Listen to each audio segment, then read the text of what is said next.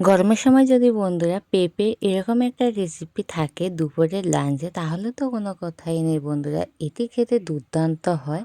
সকল বন্ধুকে অনুরোধ করবে একটা লাইক দিয়ে ভিডিওটা দেখা শুরু করবে। নমস্কার বন্ধুরা, আমি রীতা, প্রিয় পিএম চ্যানেলে সবাইকে স্বাগতম। আজ আমি নতুন একটা রেসিপি তৈরি করে দেখাবো তোমাদেরকে। পেঁপের এই রেসিপিটি তোমরা একবার খেলে এর স্বাদ কখনোই ভুলতে পারবে না। এটি খেতে কিন্তু দুর্দান্ত হয়। আর এটি বানাতেও বন্ধুরা খুবই কম সময় লাগে, একদম কম সময়, হাতে যদি 10 থেকে 12 মিনিট সময় থাকে অবশ্যই তোমরা এই রেসিপিটি তৈরি করে দেখতে পারো। এটি বানাতে যতটা সহজ, খেতেও কিন্তু বন্ধুরা দুর্দান্ত। আমি চেষ্টা করি তোমাদেরকে ঘরে থাকা কম মশলা দিয়ে সব ধরনের রান্না তৈরি করে দেখাতে। আশা করি তোমাদের আমার রেসিপিগুলো খুবই ভালো লাগবে। আমি কিন্তু খুব ছোট করে এবং ঘরে থাকা উপকরণ দিয়ে একদম সহজ পদ্ধতিতে রান্না দেখাই। আমার ভিডিও যদি তোমাদের ভালো লেগে থাকে অবশ্যই সুন্দর কমেন্টে বলে যাবে। আজকের রেসিপিটি তৈরি করার জন্য এখানে দেখো আমি কড়াই বসিয়ে দিয়েছি। কড়াইতে দিয়ে দিয়েছি পরিমাণ মতো তেল।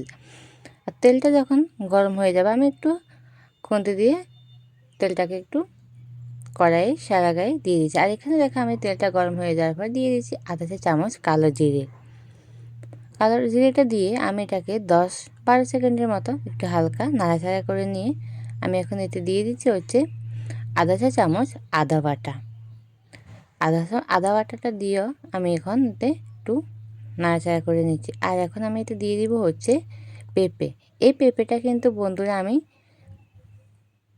একদম গ্রেট করে নিয়েছিলাম।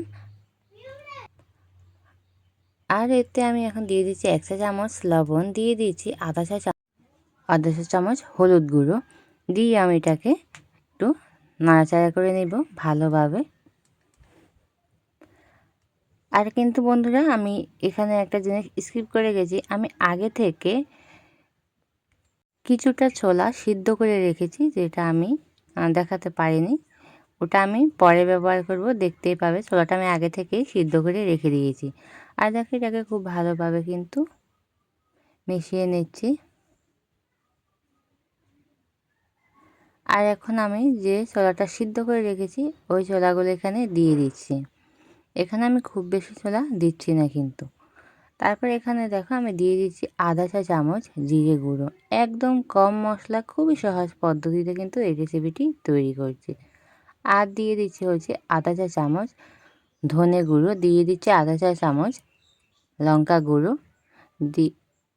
তারপর দিয়ে দিচ্ছি এখানে 3-4টে কাঁচা লঙ্কা দিয়ে খুব ভালোভাবে এখন এটাকে মিশিয়ে নেব। তোমরা কিন্তু চাইলে এখানে ছোলাটা নাও দিতে পারো, কিন্তু ছোলা সিদ্ধটা দিলে এই রেসিপিটি খেতে কিন্তু দুর্দান্ত হয়। আর দেখো খুব ভালোভাবে কিন্তু এটাকে আমি নাড়াচাড়া করে মিশিয়ে নিচ্ছি।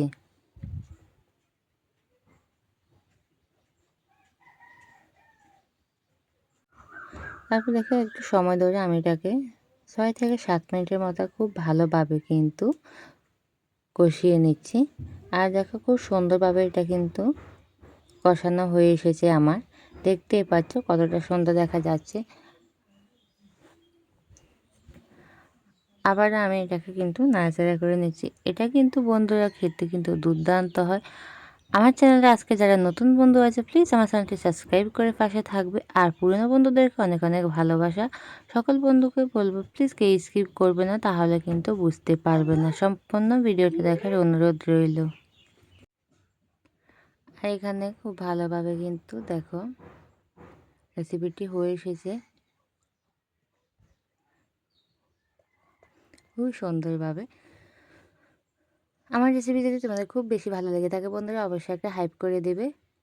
আর তোমাদের সুন্দর সুন্দর কমেন্টে বলে যাবে। তোমাদের একটি কমেন্ট, একটি লাইক আমাদের কাছে অনেক মূল্যবান। তোমাদের একটি কমেন্ট কতটা মূল্যবান সেটা তোমরা বুঝতেই পারছো যে তোমাদের কতটা মূল্যবান। আর দেখো এটাকে আমি কিন্তু খুব ভালোভাবে আবার নাড়াচাড়া করে নিচ্ছি। আমি মাঝখানে একটু ঢাকা দিয়ে রেখেছিলাম, এটা দেখানো হয়নি। একদম শেষে আমি দিয়ে দিচ্ছি এখানে গরম মশলা গুঁড়ো। গরম মশলা গুঁড়োটা দিয়েও খুব ভালোভাবে আমি এটাকে এখন নাড়াচাড়া করে নেব, মিশিয়ে নেব। আমি এটাকে মশলাটা দিয়েও প্রায় 2 থেকে 3 মিনিটের মতো কষিয়ে নিচ্ছি, নিলে কিন্তু আমার রান্নাটা পুরোপুরি কমপ্লিট হয়ে যাবে।